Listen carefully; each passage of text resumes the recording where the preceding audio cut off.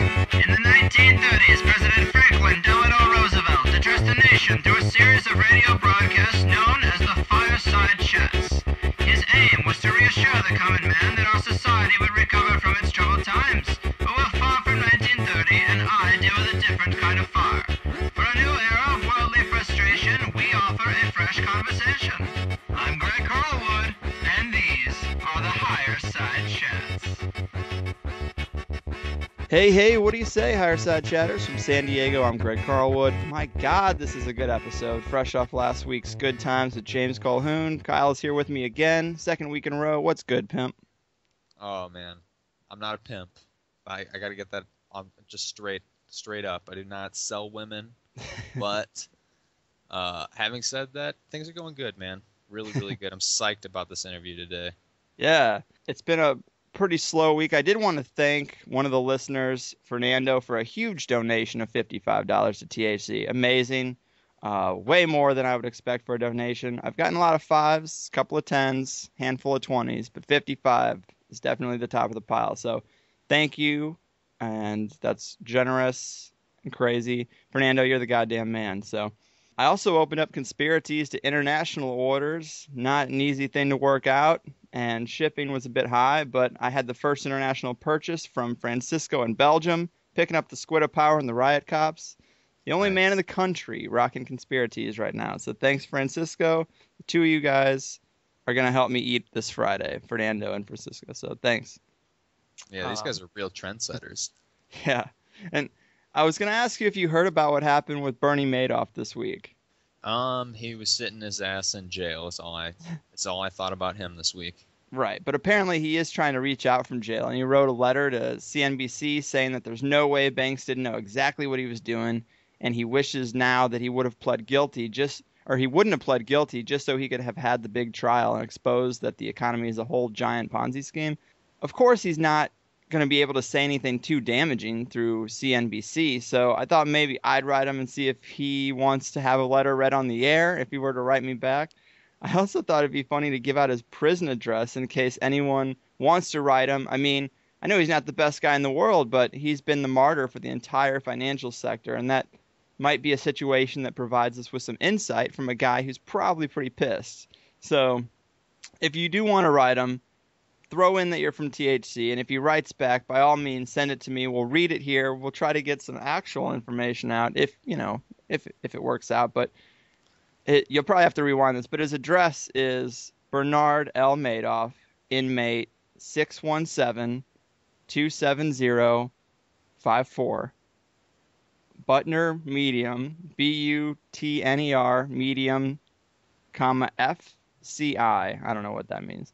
P.O. Box 1000 in Butner, North Carolina, 27509. And this would be awesome if somebody got a letter back from Bernie Madoff. But let's see if we can make some news happen, people. He clearly wants to talk, but CNBC is going to redact anything of real value, Bernie. You know that. So give it a shot, and let's see if we can get him to talk. There's a history, too, of other prisoners who, when been put in jail, now they're like a lot more open to talking about stuff. The guy who was supposedly the Son of Sam killers, he let out all kinds of information from prison about how it was a network, how it was much bigger than just him, and how all this occult activity was going on. So, hopefully Bernie Madoff, join the club. Now that he ultimately got screwed, he's like, hey, why not? I'm just going to shit on everybody else, too. You got nothing to lose. Why not? Exactly. So, if you're bored, people, write Bernie Madoff a letter. I don't know. It might be fun. But either way, today is an amazing show with a perfect guest. There's literally nobody on the planet I would rather have on the show. Nobody. This man is my Clooney. He's my Bieber. He's my Kanye. And I'm talking about Jacque Fresco, the founder of the Venus Project. I refer to the Venus Project every time someone asks me about a solution to the big conspiracy. To me, that's it. Kyle, what do you think? I think what this guy's laid out is a very reasonable. It's if we were to take all these scientific so-called breakthroughs we've had and actually apply it into a moralistic system of providing for everybody's needs and making sure everybody had access to all the same goods, it just sounds sweet to me. It sounds like the dream. Amen.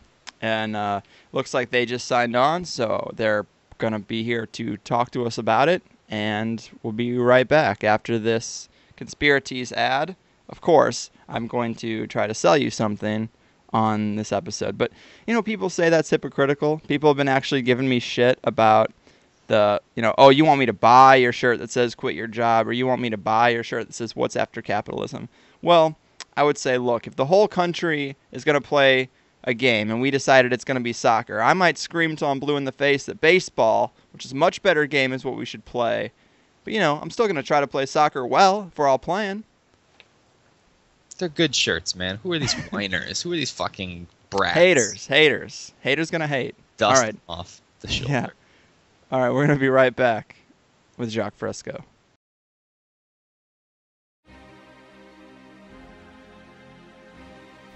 We're here because we don't buy into the bullshit of mainstream culture.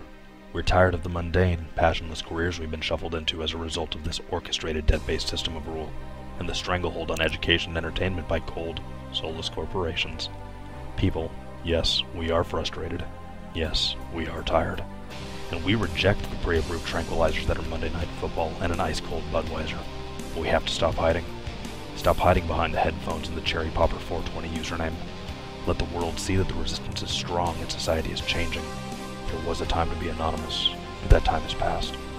And so the Higherside Chats would like to present Conspiracies as the dawning of this new paradigm in the uniform of the revolution. Because bold fashion should mean more than some celebrity meat dresser frat boy in a silly pink polo. Conspiracies redefines bold fashion as having the balls to reject socially uncomfortable and unpopular truths from your radiant chest all fucking day. Conspiracies.net. Let them know that you know. Bold designs for troubled times. Hard truths. Soft cock. Welcome back, Higherside Chatters. We talk a lot about the problems of our society on this show. Corporations are presenting us with food that's devoid of nutrients. Our government has kept us at war for nearly its entire existence. Homeless people are begging for food in front of overstocked grocery stores. The list goes on, but the one thing these problems all have in common is that they're profitable. And they've been around as long as money has, yet you've never heard a politician ask the question, what's after capitalism?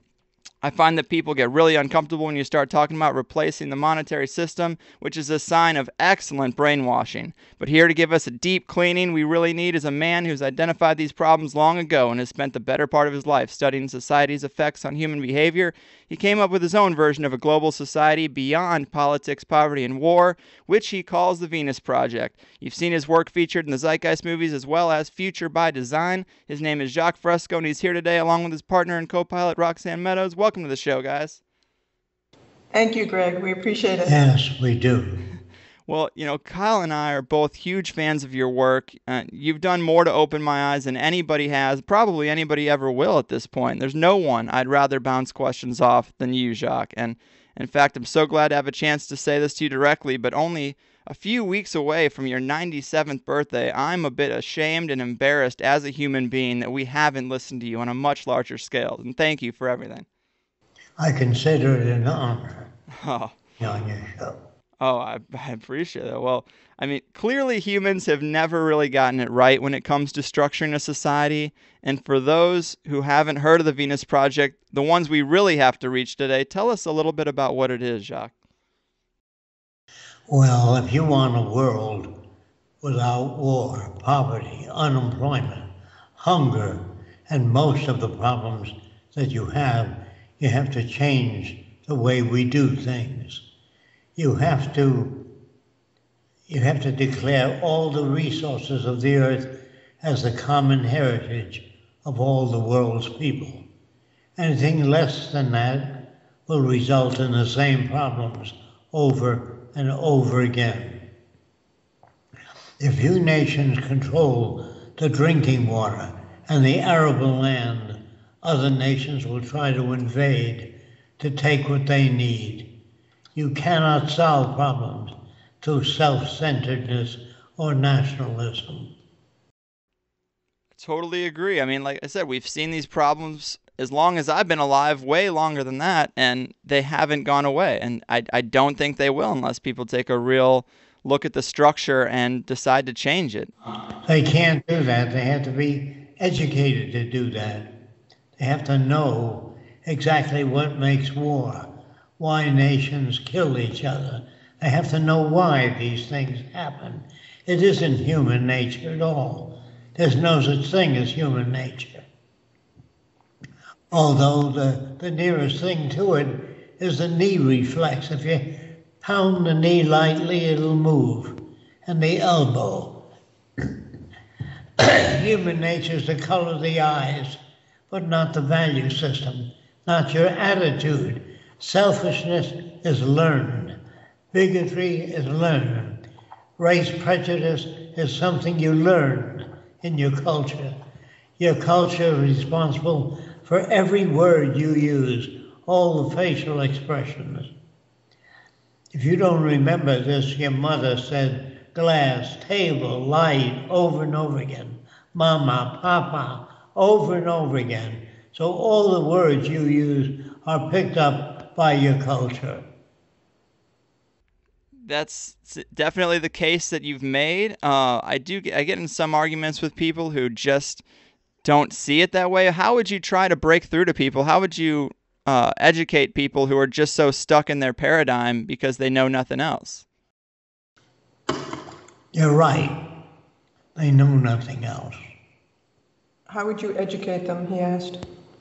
Well, we would educate them by telling them the things you know that they don't know. Of course, they should watch Future by Design and look at your work to really hear more. And this is the big question. It is so important to really help people see the greater vision here. Let's assume the world adopted the Venus Project model, and we spent a few years getting it set up and a lot of the kinks worked out. Can you walk us through the life of an average person who would grow up in the Venus Project Society as opposed to what we have now? They would never get into arguments with one another. They would say, I don't know. Those are very few words that people ever use. I don't know. But if you give everybody a right to their own opinion, you're going to have misinformation all over the world. Jacque, is what you advocate that we, like Greg just suggested, immediately jump into where the whole world accepts the Venus Project? Or could we start by just allowing some of us to be sovereign? Like, let some of us start the project, and then the rest of the world can go on in the capitalist fantasy where we destroy the whole world. But can't some of us be sovereign? Can't we just start this? What's preventing the start? Well, it starts with education. You have to hold meetings once a week and discuss the book, the best that money can buy, chapter by chapter, so that all people understand what shapes human behavior. We also are under the confines of the monetary system today. So one of the things we advocate is a city to test out the validity of these proposals and have a center for doing research and development. And it takes funding to develop the city. And we should explain to people who haven't heard of the Venus Project, this is a system, a structure beyond money. Can you elaborate on that a little bit, how that would work? Yes, as long as you got money, you can pay off senators, lawyers, judges. You have to do away with the money system. We now have the capability of producing in abundance and make it available. If you don't understand this, it's just like the public library, where you can access books of any kind. Next door to the public library, we have a camera center, where you can access any kind of camera you need. Next door to that, we have musical instruments, where you can access a banjo, a guitar, a saxophone. In other words, if you make things available, like the public library, that's the end of most crime. And how would all these products be made? Through automation, correct? Yes, eventually, automation. But during the beginning, it has to be put together by hand tool until you get to that point. Or fabrication, making molds. Well, what about this 3D printing that's popular now? What about what? 3D printing that's popular now. They have machines that will actually print objects. We do use them here. That sounds like something that sounds very sci-fi to me. That's a great technology, and it's completely opposed to capitalism. It's directly, against the system. If you can make things abundant, how can you really charge for them if you're printing them for free? You don't charge for anything. It's just like the public library. If you don't remember, you go to the library and you check out whatever books you want. If you want them longer, you have to call the library and say, I'd like to keep the books for another week, as long as you tell them that. Right. It seems like our technology is actually getting to a point where it's hard to implement within capitalism because things are getting so much easier to make. Well, not only that, capitalism wants things to wear out and break down so they can resell. In other words, capitalism at one time was the best system we knew of. Today, it's obsolete. Politicians, as you can see if you watch the newsreel, the Democrats cannot communicate with the Republicans. Neither can the Republicans communicate with the Democrats. They just make different noises. Remember this, that politicians say things people like to hear, whereas scientists say man evolved from the lower animals. These are things people don't like to hear. And they confront people with their false values. There was one time when people believed the earth was flat, but the scientist says you're wrong. This is the information that we have, the shadows of the earth on the moon, many other things that they cite to give you the reason why they say it's round. It's not just an opinion, it's based upon observations. Right. So when I say science, I mean the methods of science. Well, you mentioned that we'd be able to end arguments among people, and that seems like a pretty lofty goal. How would that be handled? Well, you don't want to argue with people at all, ever. What you want to do is tell them, give them information that you have regarding the scientific method. They don't have. In other words, people ask me, who makes the decisions in the Venus Project? That's what they really want to know. And nobody makes decisions. They arrive at them. Do you know the difference between making a decision and arriving at a decision? Right. I mean, you look at the data and you come to a conclusion that isn't based on opinion, but... Exactly that. You survey, you do studies of the strength of material, and then you write the specifications that this metal has cobalt, manganese, tungsten, whatever it goes into that metal that makes it resistant to certain forces.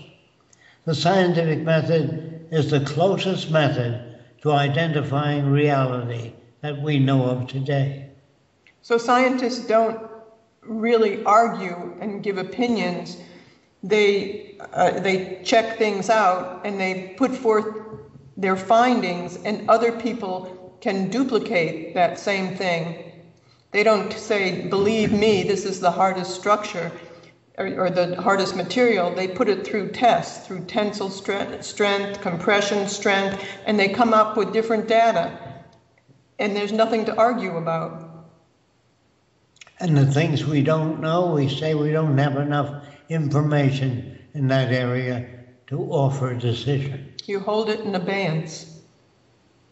Yeah, the way you guys describe science is just so based on actual data and logic that it just seems almost like a sci-fi. It reminds me of Star Trek. Like on Star Trek, there's still bars. Everybody still goes to the bar and everybody eats together, and everybody kind of shares the resources, and everybody in that TV show was like a scientist. They were just trying to help each other out. And when I think of the Venus Project, that's really what it reminds me of. The real difference in the future is nutritionalists will tell you what you have to eat. You couldn't buy junk food. Cigarettes would not be available. because cigarettes always, in time, produce cancer and heart disease. That goes for frankfurters, salami, all preserved foods. And Are dangerous for human beings.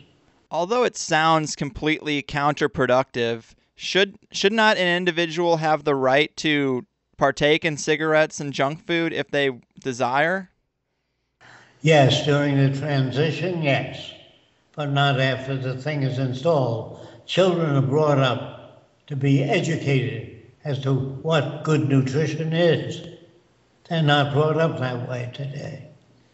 Well, you know, they sell cigarettes today, and they offer cigarettes not because they're good for people or they help them in any way, but because the government gets a kickback on the sale of cigarettes. And then also, cigarettes inevitably causes cancer. Cancer is a huge money-making venture within the monetary system, within the medical system. Right. It's always a treatment, never a cure. But we've talked about education a little bit. How would you say we've been betrayed by our education system that we have right now? Because of the profit system. Business works for money. The proof of that is that they outsource to China rather than employ Americans to do a given job. If you didn't export to China, you would lose your competitive edge. Your profits have to show real high margins. Otherwise, no one will invest in your company unless you have a profit system. I don't know if you heard the question. How have you been betrayed by your educational system today? You teach them basic science and how it works and how scientists arrive at decisions. People have no idea. They think one opinion is as good as another. Really, the education that you have today is based on the need of the culture. They're not interested in enabling you to think and be critical about too many things, because then you may be contrary to the system and the needs that it has. In other words, every system, whether it's communism or socialism or the free enterprise system, they all give you an education and raise you to perpetuate that system. They don't teach you about cooperation and collectiveness and working together within the monetary system as they may in a socialism country, because they teach you how to be individualistic, how to be competitive in the monetary system, how to take care of yourself. And if you don't get the things that require you to live. Yeah, one of the basic problems with the way we do education is that if you cooperate with your classmates, that's called cheating. You know, they tell you right away that it's just you. You're on your own here. We're not sharing ideas. We're not having dialogue amongst each other and coming to group solutions. What we're doing is being tested alone, and then we're graded as to how good we are, when really, you have to make mistakes in order to learn in the first place. Right. It's just all to reinforce the same capitalistic traditional ways. And why is it that people are so stuck in tradition and are not willing to look at new design? Because all countries are corrupt today. England, France, Germany, all use the same system. They are all corrupt. And those in position of differential advantage, those who are doing well, they control the movies, the entertainment, the books, the schools, the university, yes, primarily the news. And they don't want ideas that will rock the boat or threaten their position in any way. Why should the oil companies vote for the electric car? Exactly. It's an odd thing, because on this show we always are talking about things, generally under the label of conspiracy, but all the big problems of the world. And you can find so many people who are willing to say, oh, we should end the Federal Reserve. But when I answer back with we should end capitalism, people retract very quickly. They get very scared of the idea of getting rid of all of it. They just want to fine tune what we have. And like, is there any way you can suggest to break through to people who really are just afraid? Yes, there is a way. The system that we advocate is not communism. A lot of people think it's communistic. It's not. Let me tell you how we differ. Communism has armies and navies. We don't. Communism has prisons, police. We don't. Communism has banks and money. We don't. So we have nothing in common with any existing system. I think the best thing we can do is just get more information out there in the forms of movies, videos, radio, interviews like you're doing to expose this direction and ease people's fears. They've never been exposed to anything other than communism, socialism, free enterprise system, or fascism, and they don't even know what that is when you boil it down. If they proclaim that you're a communist and you put them to test and ask them how and why and what part of this is communism, they really don't know. They've just been given a fear word. So they really know very little. It's a huge job. And most people want to know what's in it for me. So it will take, unfortunately, because they're not educated emotionally or intellectually about what's happening around them, it will take losing their jobs, losing confidence in the government, or losing their homes before they look around and say, this isn't working, we want something else. You mentioned a society without police, and that's something that I've always tried to work out in my head because I've never had a positive interaction with a police officer. And when I bring this up to people, they say, well, what do you want? Just chaos in the streets? You got to have police. So how does the Venus Project handle crime? We make things available to people. Everybody can access anything they want, just like a public library. With a public library, you don't have to pay anything. If you had all things accessible, all things that people need, accessible without charge, without debt, without servitude, you have no basis of crime. There'd be no crime if people had access. If you don't understand that, if orange trees grew all over the world, you couldn't sell oranges. If you make things available to people, they do not steal.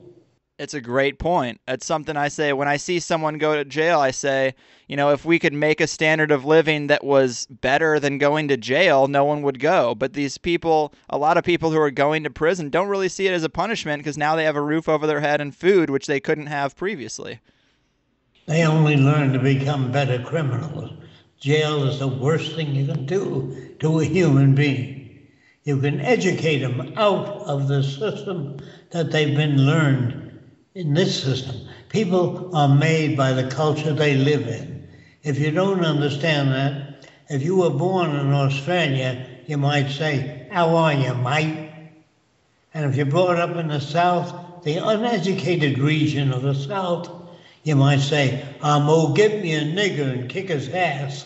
Where do you get that from? The environment. You're not born that way. I agree. And it seems like you've done so much work on society's problems. Which of these problems have you found most difficult to work out? Are there any? All the established points of view that are in the brains of people, they've been put there for over the years of misinformation. Our schools do not teach you how to think. They teach you to become a cog in the wheel, how to fit in with the system. Psychologists today try to adjust you to fit in with the system. That isn't psychology. That's controlled behavior. What you need is behavioral science to show the conditions that make a serial killer, that make him a criminal. Criminals are made by the culture they live in. It's Agreed. not the genes. You don't have criminal genes. Today they're looking for the Republican gene or the gene. Yeah, I agree. But because I love the Venus Project, and I want to be able to make a better case for it in my life when I'm talking to people and educating people. Let me ask you to address some of the issues that people bring up to me in arguments that I just can't really answer back to. That's all right. One recently was, what if 10 million people, we're talking about a global society now, what if 10 million people want to go live in San Francisco now that it's not the most expensive place in the country? Well, they say that all the time about Florida also, but it's not true that everybody wants to come to Florida.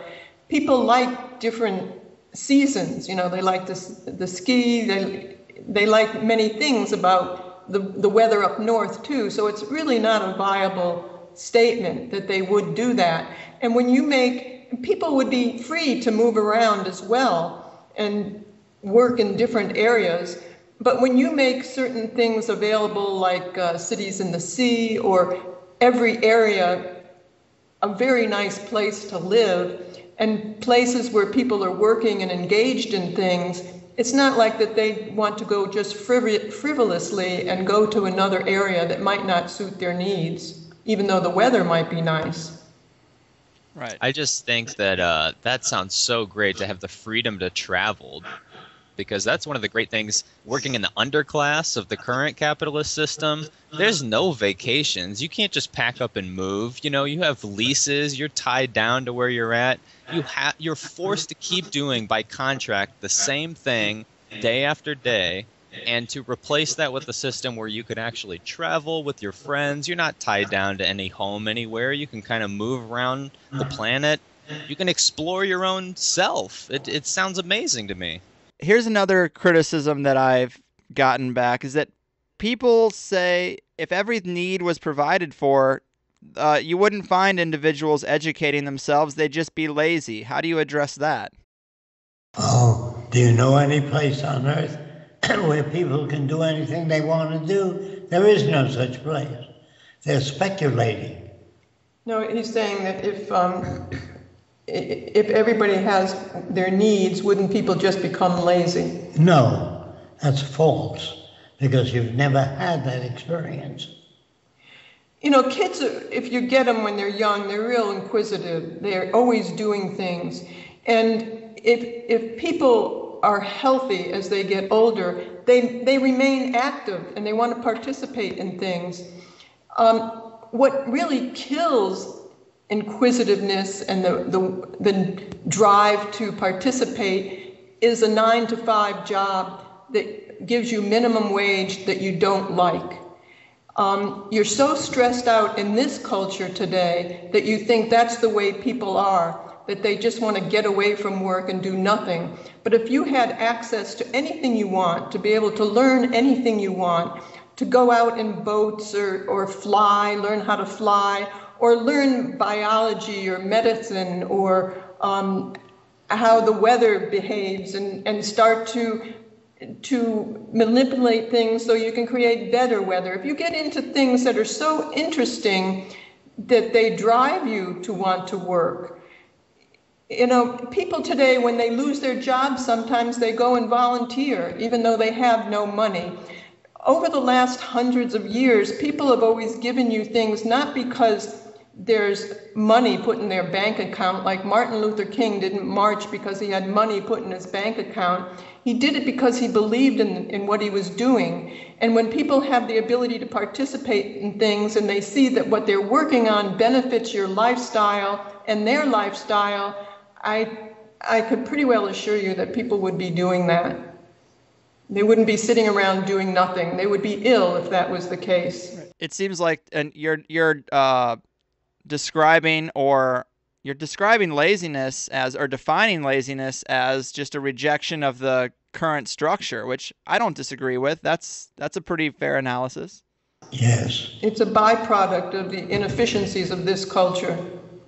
And that's true with drugs too, and alcohol. They just want to dull you down. Or a lot of times people don't have the tools to say the things that they want to say to people around them in a way that would be acceptable. And so they drink and then they can blurt out anything they want to say, So You know, if life was so interesting, drugs or alcohol would dull you down too much to do the things you want to do.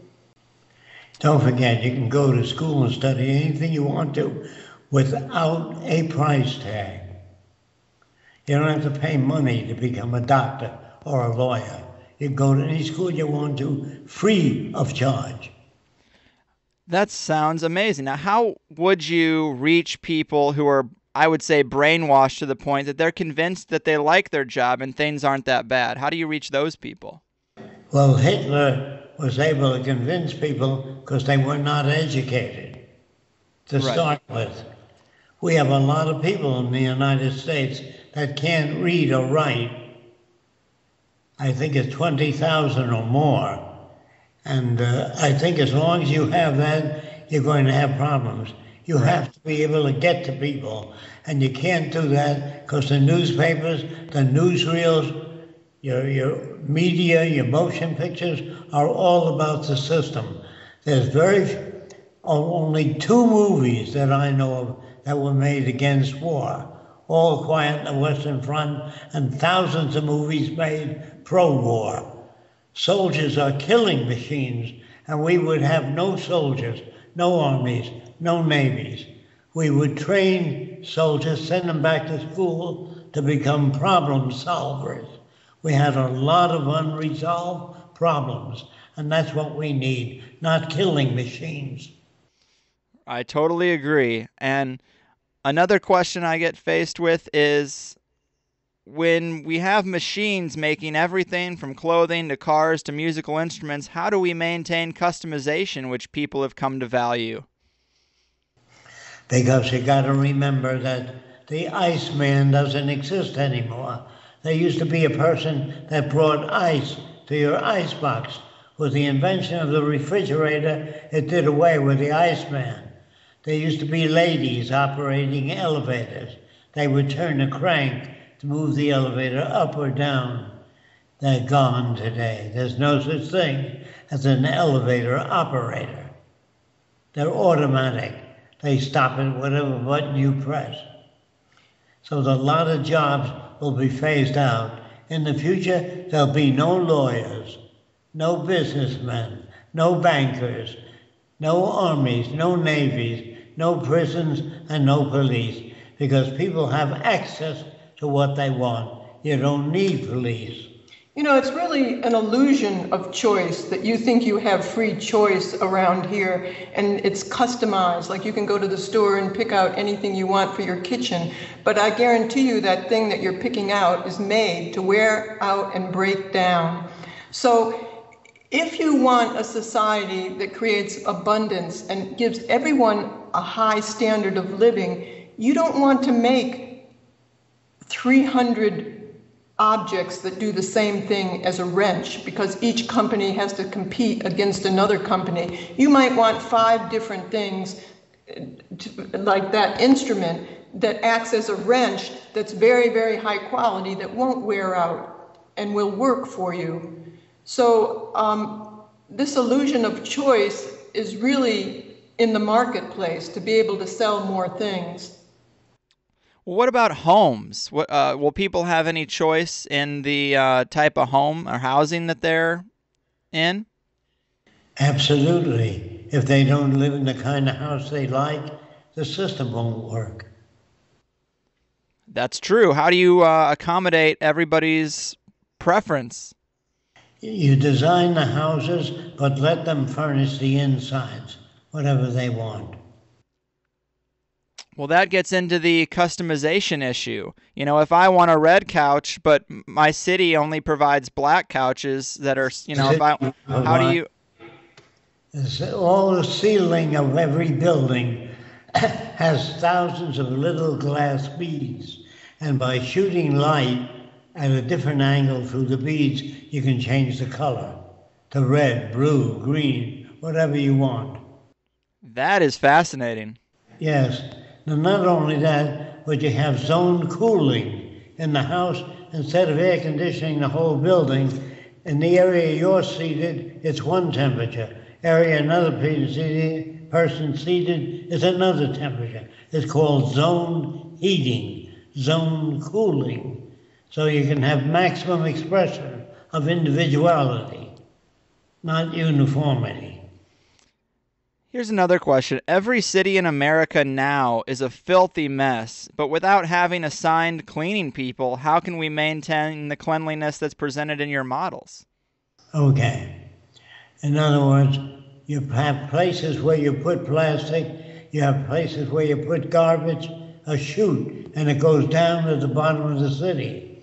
If it's not a renewable resource, you can pump it down underground, 1,000 feet underground, where it's very hot, and it changes the chemistry of the product, so you can use it for fertilizer. We have no waste product that we dump into the ocean. We don't dump stuff in landfills. We don't use sprays on plants to keep the insects off. We use high-pitched sound, and that keeps certain insects away from plants. Certain insects are good for plants, so we don't want to keep all insects away from plants. We just don't want to use poisons, that's all. You know, you can make things self-cleaning. Even today in France on the streets, they have public bathrooms where you go in, I think you pay a little something, or maybe it's free in some instances, but when you walk out, the whole thing is cleaned automatically and sanitized before the next person comes in. And this has been in France for years. It just hasn't come to this country yet. You know, when you go to scientists and you ask them to do certain things like go to the moon or make mass transport, they come up with it. They can do that. You go to philosophers or religious people, they can't build that. So we've never gone to scientists and give them the problems of the things that you're talking about, how to make things self-cleaning, how to make a city that's clean, efficient, redundant, very pleasant for people to live in, transportation that doesn't crash, and how you eliminate automobiles because they're terrible for people. What kind of transportation do you make instead of that? They don't give scientists those questions. They give scientists today are really abused and are prostitutes in the system. They give scientists projects of how to compete with another person, another industry, how to make machinery that would compete faster and then patent it for one industry over the other industry, even though you're making the same product. You don't all combine and make, for instance, the best car. Everybody has their own little patents to try and beat the other person. So you're really prostituting scientists today. They make weapons of destruction and war. That's some of the biggest industries for science to go into. So we're abusing science. That's not real science. It's corrupted. We haven't given scientists the real problems, the real questions. And that's where the Venus Project would use the methods of science for the benefit of people and the protection of the environment. Years ago, I was told that some people are good, some are bad, some are lazy, some are hardworking. None of those things are true. If you reward behavior, you can perpetuate it. For example, I wanted to know whether the male's behavior toward the female is learned or is it inborn. So I went to the South Sea Islands, where all the natives wore no clothing. This is in the tropics. They wore no clothing at all, and there were no peeping toms on the island. Nobody collected pictures of nude women because the men and boys, the boys and girls when they were children, were swimming nude, and they never wore clothing, so that didn't generate fetishes or peeping toms. Do you understand what I'm saying? I do, and that brings up another interesting point is jealousy. If you can imagine a scenario where a man catches his wife cheating and comes in and slits their throats, how do you solve that? How do you handle that? First of all, there's no marriage in the future. You move in with the person you get along with, and if you don't get along, you move out. You don't have to pay a lawyer. There's nobody pronounces you man and wife. Who the hell is that guy with a white collar that says, I pronounce you man and wife. Where did he come from? You don't own your partner either. And you understand in the future there are many people that can meet different needs. You're not alone and isolated and just have one person that can meet certain needs. And in the future, if you walked in and you found your partner with somebody else in bed, you might say, honey, how much longer will you be? And then you talk to them after and say, where is it that I'm not meeting your needs? You'd have a very different orientation than what they have today. Women are looked at as the property of man. There's no private property in the new enterprise system that we advocate. The Venus Project has no ownership. You don't own anything anymore. The whole earth belongs to all people, and we cater to their needs. There's no politics. That dynamic is so foreign that it's hard. It really is hard to conceive in some smaller examples and instances. You know, even today, if you were married to somebody, and excuse me, somebody just walked in. I got sidetracked. If you were married to somebody and you got along with them, maybe about 10 different points. You had similar values and you got along with them, and then later you met somebody 5 years later who you really had about 40 points that you got along with and you identified with. You'd automatically like that other person. You might even feel you love them more than your wife or your husband, but you'd say to your partner, oh, I like her, but I love you. Even today, as in the future, you really love as many people that you meet in your life who are lovable, who you share values with. You can't help it, only it would be more understood in the future. Well, what about, you still have to account for human emotion. I mean, are we talking about getting rid of emotion? Because that's still there. What if someone commits a crime based on that? Rather than needs, financial or economic needs, someone creates... That's without the Venus Project's control. The Venus Project administers education. It teaches children how to solve problems. And it gives them the methods of thinking their way through a problem. They're taught, just like an auto mechanic is taught how to service a Volkswagen or a Mercedes. They have to be taught, and people have to be taught how to live, not depend on their, what you call, intuitive feelings. You know, jealousy is learned. Bigotry is learned. You're not born with those qualities. If you don't understand that, if you have two children and you treat one child as a favorite, you manufacture jealousy in the other child. It's you that are doing that. Only parents don't realize that. When parents say, you're a Catholic, you don't play with that Lutheran boy. Right. You understand? I do. Prejudice. And this question here I have is really something that has been tough for me when thinking about the Venus Project or how it would work. But last year we saw the Occupy movement, which really was a push towards a new way of doing things. And I tried to get involved in the local goings-on here in San Diego, but the biggest problem was the lack of leadership. Everyone wanted to operate on consensus, which couldn't even address the simplest problems. It was total gridlock. Help me get over this idea that a leaderless society wouldn't be paralyzed by inaction.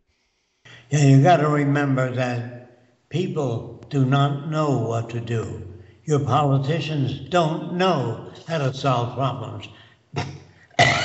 Don't take my word for it. Ask any politician, how can you grow more food? I don't know, they say. How can you prevent war?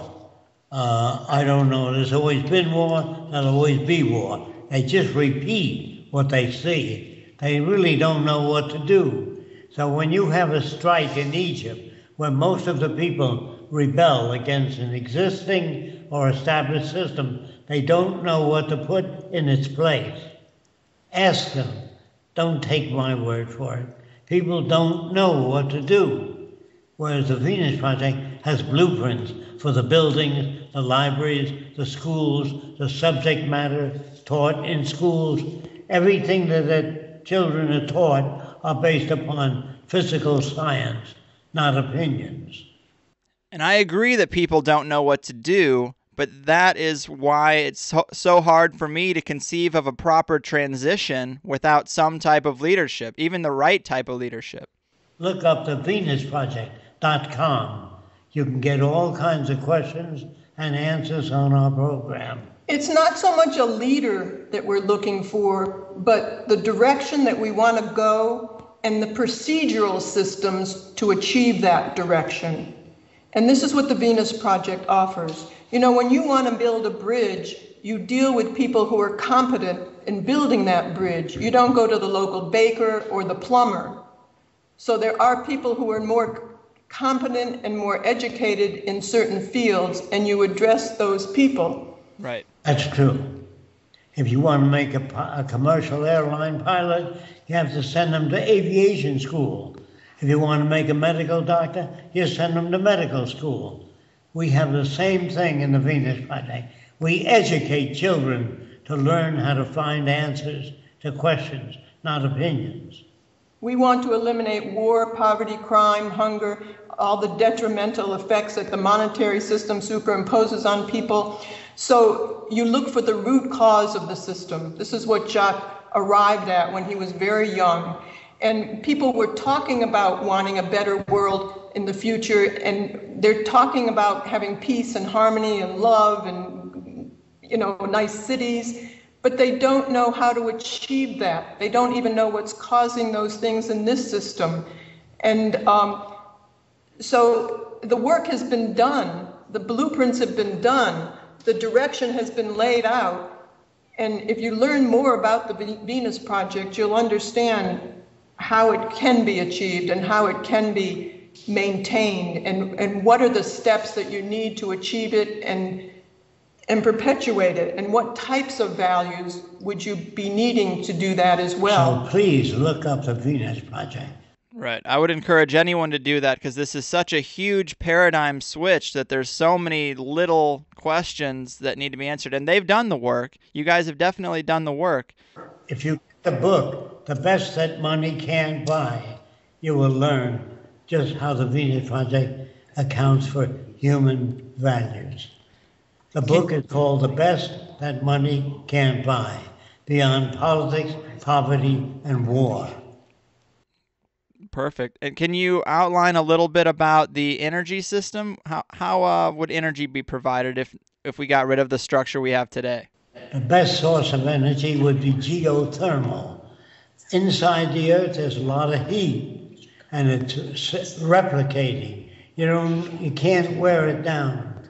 If you dig a deep hole, dig enough, and you pump water down there, it'll be converted to steam, and the steam can turn turbines, and it doesn't depend on the weather. Photoelectric cells, if it's cloudy, you can't generate much electricity.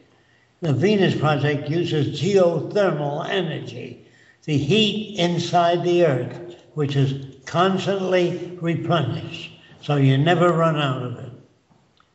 The people who work in that field say that we have enough energy for the next 4,000 years with geothermal for the whole earth. Wow. We talked a little bit about the ability to travel. How do you handle transportation in the Venus Project? There's trains that go anywhere without a fee, so you can get on and go. There's no fee involved, no tickets. There's no money spent to go to theater or anything. There's no box office. You just walk in and enjoy the movie. And one other criticism people have said that you just kind of touched on and reminded me of is they've told me that the Venus Project seems like a sort of cold, emotionless, scientific structure. Where is the room for the arts? I mean, do people have so much time? I assume they could just participate in art whenever they want.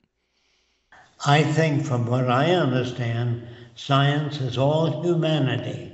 Science deals with what to do with different diseases. So if you study a scientific method of repairing broken bones, it's the best method known. If you look at a scientific method of good, healthy nutrition, is it perfect? No, but it's a hell of a lot better than no knowledge of nutrition. You know, our problems are really technical. They're not Political. Yeah, they're not political, and they're really not artistic in a way. Although there'd be lots of room for the arts. You'd have free art centers, music centers, anything that you'd like. But the real problems are technical.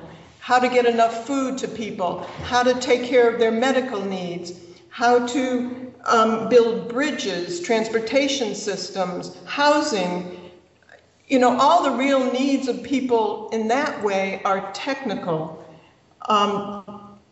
If you don't understand that, your refrigerator, your electric light, your washing machine, these are the things that liberate people, not political speeches. So when you think of what is an advanced culture, it's a culture with aviation, so you can fly from one place to another, travel by train from one place to another, but we don't want the trains to wear out. So the wheels wear out, and the axle wears out, and the tracks wear out. So we invented maglev trains that repel the train off the tracks. There's nothing to wear out. It never wears out. Think about that. And you know, they say science is cold, but that's so inaccurate. Science heals you when you're sick. It gives you food if it was done properly, not Monsanto food. You know, it gives you a roof over your head. Science is so warm and loving that the other way of looking at it is so mixed up. The values are so strange.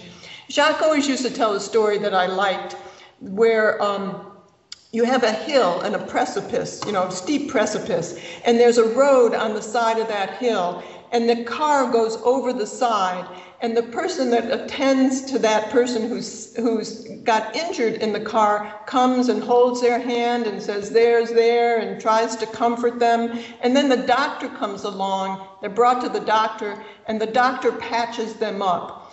But the engineer, who you don't see at all, who they call cold, looks at the problem, then kind of tilts the road in the way that the car won't fall off, puts a grid in the road, puts up a high railing so you'll never go over and you never have that accident again.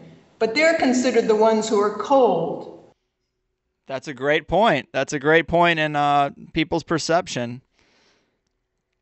They have no idea of what controls society. They think it's human nature. They think that people are basically selfish. They are not basically any way in particular. If you were raised as a baby by the headhunters of the Amazon, you would be a headhunter. Do you understand that? Right. If you never traveled or saw anything else. And if I said to you, doesn't it bother you to have 10 shrunken heads? You might say, yes, my brother has 20. That bothers me. Are you nuts? No, you're not. You're normal to that culture. Product of the environment. In Salem, Massachusetts, they used to burn witches. Did you know that? Yes. In America? So when people say, give me the good old days, I don't know what the hell they're talking about. I face that a lot with people who want to go back to what our forefathers had planned for us, and it's a little ridiculous. Yeah. And if you didn't own any land, or if you were a woman or a black, you couldn't vote. You'd had no say. The forefathers took care of themselves, only the wealthy ones. Right. Everybody tries to bring that into the current culture, and they really ignore all the problems there really were and all the inequality there really was. And I would rather look forward than back. And look at what the forefathers perpetuated. Here's the mess we're in now. Exactly. That's a great point.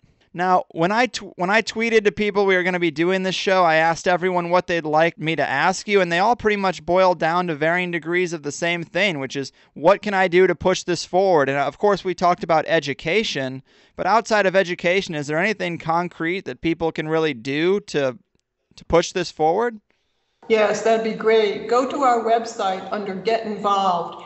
And I would say check it in the next couple months, because we're renovating all of that. We're redoing our different groups that are working on different projects. We have several projects going now. All over the world. Yeah, we have people all over the world. We're going to be posting, anybody who wants to be involved any place in the world will be posted on the map on the website so people can get in touch with one another. We have lots of materials that they can use to help spread the word, and if they want to go from being a supporter, if they just want to go out in the streets and talk about it, all through doing different projects. We have a Corsan project going on. We have a marketing people. We have lawyers that are helping. Any way people want to help. We have over 4,000 people who have signed up on our professional database. We're working on a business proposal now for a first city project, and that will be introduced more so as we roll that out. So we need lots of help with that. We're starting with a research center and going on to a university or an educational center of about 1,000 people within the first eighth of the city, and we have plans to build that up. If we don't get any main support financially for that from the outside, we're going to be doing it ourselves. We just have a lot going on. Check the website, but as I say, we're rolling out a new website within a couple months, and there'll be a lot more on it to get involved with. That would be amazing, because I know so many people that really are frustrated with their 9-to-5 job, and they just feel like they're completely trapped. And I think that if there was a place where they could go, where the Venus Project was trying to put forth their model, I think I know a lot of people that would pack their bags and show up on your doorstep ready to work. Well, we have lots of people working all over the world in different places, so and we're doing it collaboratively over the internet. Can you tell us at all where you're planning to put this city? We don't know yet. We're open. We're talking about someplace outside of the United States because it is so hard to get here, get into the States, get papers to get into the States. True. For some people. So we're looking at a couple other locations, but nothing is definite yet. Well, you know, I recently saw the headline that protests in Bulgaria got so bad that the government officially resigned. Should we all just pack our bags and set up shop? In Bulgaria, that's interesting because we have a very good chapter in Bulgaria. I think their government has collapsed. I think they might be looking for someone to take the helm. Geez, that's wonderful. That's such an odd reaction to a government's collapse. I love it, but to the average person, like, oh, that's wonderful. But it is a problem if they have nothing else to put in its place. Well, true. We have, if you look up the venusproject.com, we have books, videotapes on all the different questions that people ask. So please, look us up.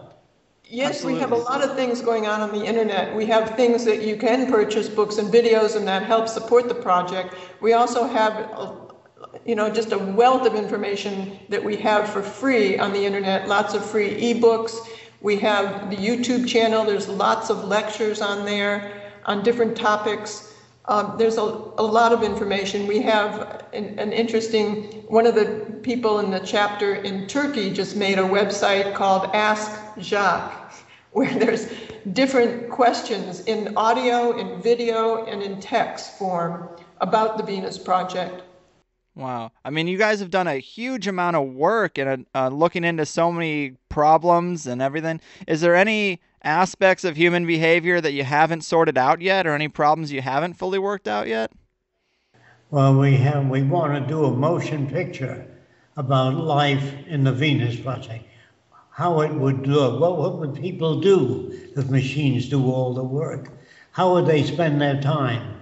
We want to make a movie. And if we can make a movie in different languages and run it all over the world, we can get a bigger following fast. Yes, I do think people need to see that. I think that the biggest thing that's helped you guys so far is the movies you have put out and the video content you have put out. Yes, I think so. How is the progress of that movie going? Well, we're still working on the manuscript. The manuscript is very important that people understand it, not project their own values into it. And we've made some very good contacts along the way, too, so it's developing in many different areas. And we also, we haven't really rolled this out yet to talk about it, but I will mention it's in the works. I hope it continues. We're working with a animation group who will be putting something out on the internet every month, a half hour in life in a resource-based economy. So there'll be more to learn about that as we really announce it more so. Nice, that's excellent. And you guys are you guys still doing tours of the grounds in Venus, Florida? Yes, thank you. We have tours. It's more like a seminar. Jacque speaks for about 4 hours. I take people around the grounds and show them the hundreds of models that we have here. It's a kind of an intimate setting. They come for 4 to 5 hours here, and they can ask whatever questions they like as well. Excellent. It gets pretty heated, the conversation sometimes. It's Saturday at 1 o'clock, every Saturday. That's right. That's great. I definitely plan on taking that trip in the next couple of months. You know, it's something that's super important to me. I'm just so frustrated with the situation I'm in, and when I go to work and I deal with other coworkers and customers who don't see these things, it's even more frustrating. It feels like the Twilight Zone.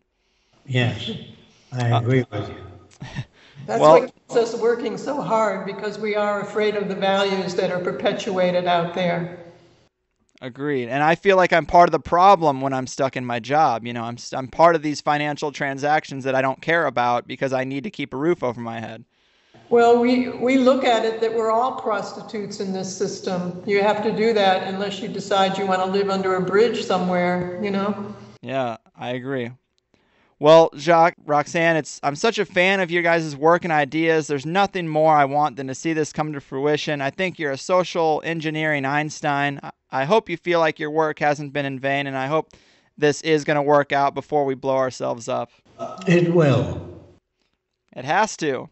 We don't want to kill anybody or hurt anybody or condemn anybody or any nationality or race. We're non-racist. We're open to all people throughout the world. And one thing, people always think, well, we need to convert everybody to, you know, understand this method of social design. You really don't. You just need a few of the right people. So, you know, we couldn't do it without you putting these ideas out there. Hey, I feel like all audience building I've done up to this point has really just been there to perpetuate a solution rather than talking only about the problem. So I'm humbled and proud to be a part of the contribution to that education. So thank you. Thank you for all your effort. We deeply appreciate that. That's right. Thanks. All right. Well, that pretty much does it for this episode. Conversing with you is something I'll be proud of having the chance to do for the rest of my life. I'd change the name to the Venus Project Chats if I could do this every week, but I'm hoping to meet you both in person in Venus, Florida, and take that tour. So it's been quite amazing for me. Best of luck, guys. Stay healthy. Thanks. Can't wait to meet you here. All righty. Thanks again. And thanks, Jacque. Adios. Man, I'm so happy with that talk. I mean, Jacque Fresco really is the pimp of pimps. Maybe you are, you know. We're all prostitutes. Somebody's got to be the pimp. Right. But is there anything that stuck out to you with that? You know, the guy, he's just been doing this for so long, and he's just a real visionary. I mean, you were asking him, does he have any questions he hasn't fully worked out? And he seems pretty comfortable, I would say, with his, like, answers to pretty much everything. Right. And I mean, there is such a challenge, though. The man is 97 years old. He's still spry. You know, I mean, what's the Venus Project going to look like in 10 years? You know, it's not something I want to bring up to somebody who's 97 years old, who's really trying to do everything they can do. Mm-hmm. But it is kind of a morbid question. I hope we get there, you know? Well, his dedication to visualizing the idea, I think, sprouts that idea in many other people. And, you know, whether it's called the Venus Project 10 years from now or whether an actual, you know, very similar version of it springs up somewhere else first, you know, I think it's changing the evolution of ideas about what we can do as a society. Well, it ties into the piece that you just wrote on thc.com, but it's very isolating. For him, it must be incredibly isolating. I can only imagine, like in the 60s, 70s, and 80s, before anyone gave a shit, how isolating it must have been. I love those old interviews where he's a young guy. I wasn't even born, and I'm watching videos of him in the past talking about the same stuff. Then I go through this whole growth process and go into my own awakening, and now here we are talking to him And I don't know, it's just amazing. Right. He is the number one guy that I would want to interview. There's no one else. And that's mainly because there's no one else out there really talking about solutions. That's the thing. We can identify the problems. We keep trying to dig deeper and deeper into, where are the connections, who did what, what's the real motivation behind this media story. And in a way, they've got us on just a different hamster wheel.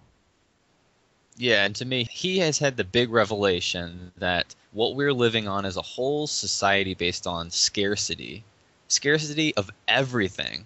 Right. And he's going to replace it with abundance of everything. And it's just such a polar opposite. I think people just can't even, it just jogs your whole paradigm to such a degree you just can't even entertain the idea. You're just like, I don't even know what that means. Yeah, and that's an important point to make, because so many people think that, well, we don't have the resources to get food to everyone, or we would. And that's programming. That to me is complete brainwashing, and obviously Jacque Fresco would agree. Yeah, it was a cool tie-in to the last episode too. When we're talking about agriculture, the whole Nutrition, idea that agriculture destroys the topsoil. We're going to have no topsoil left, and all of this is bad design. And Jacque is all about good design, and good design is based off of observation. And so you got to look at all the shitty ways we're doing things and then just really actually design something different and say, hey, guys, we have to do fucking everything different now, because this is what we've learned. This is what we've observed from the bad ways of doing things. Right. We have had the same problems our whole life. War, poverty, lack of resources. I mean, we got a homeless guy begging for food outside of a grocery store while they're throwing food in a locked dumpster out back. I mean, this is the design we currently have. But I still maintain that the hardest part for me to wrap my head around, the biggest question mark in my mind, is leadership. I mean, the Occupy movement was a piece of shit because there was no leadership. Yeah. Say what you will. I loved it. I wanted to be a part of it. But when you get down to it, we're standing here, a big group of people, tents everywhere, and there's one group of people that says, hey, I want to be here and support this, but I have to work at 8 o'clock in the morning. Can we have quiet hours? Somebody else says, no, we can't. And then there's a problem with no solution, because guy A needs quiet, guy B won't be quiet. And without police, without some type of system, how do you enforce that? I mean, Jacque's answer would be education, but I mean, Jesus Christ, what if the guy just rejects that, We were assholes when we were 16 years old. I can say I rejected the system because of its corruption and because I didn't find a place in it. But maybe there's just something in prepubescent kids when they're starting to grow into themselves that they just want to smash some fucking windows. How do you stop a kid from running around smashing windows when there's no police or consequence? I just personally kind of disagree about police.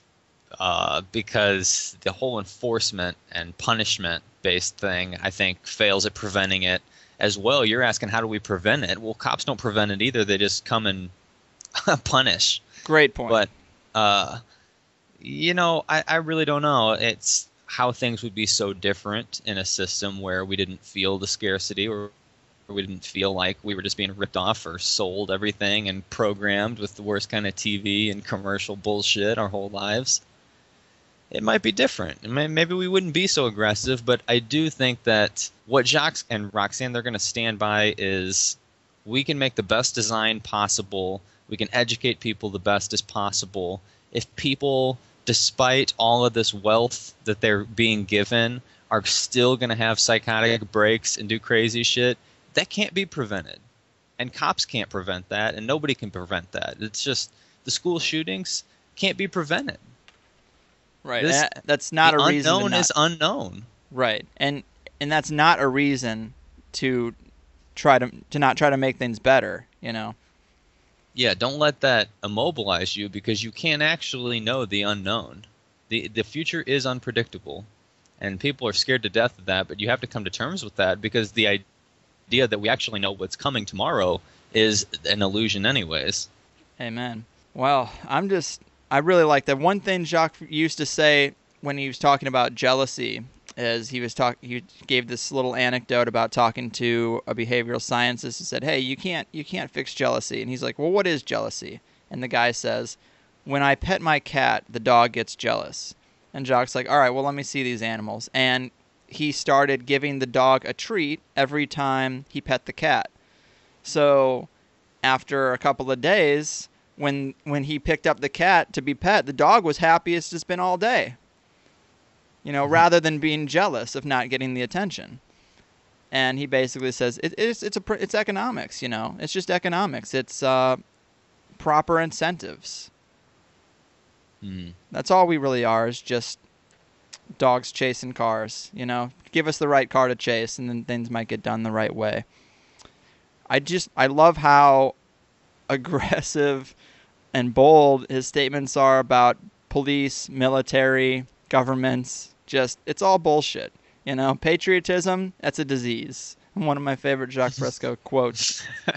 Hey, well, I hope we talk a lot about capitalism on this show, especially in the past month, and I hope it's not getting too redundant, but when I look at the pyramid, when I look at the giant conspiracy, this is where the root of the problem is. We got a lot of people hacking at branches and not a lot of people hacking at the root, and I think that's scary to a lot of people. To say that the answer is so large that it has to change our entire structure in every possible way, that's tough. That's scary. But, we're not going to fix our society by getting rid of chemtrails or finding out what happened at 9/11. I mean, those are just such small questions. The Great Depression, that was a great opportunity to say this system doesn't work, but that's not what we said. We said, sign us up for more. It's a hard truth right there. I've supported these ideas through several of my t-shirt designs at conspiratees.net, with the Quit Your Job shirt and the Corporate Sheep shirt, and my proudest design, the What's After Capitalism shirt. And I feel so good when someone picks that up, because I feel like it's really promoting the change I want to see. So check them out. If you're in San Diego, actually, Conspiratees are now available at a great little conspiracy bookstore called the Book Tree in Normal Heights. Tell them I sent you down. But I got to thank Jacque and Roxanne again. And Kyle, people, please share this episode, particularly if you think it's important. Let's plant those seeds. Kyle, any last words? Let's fucking do something new. Amen, man. All right, I'll see you guys next week.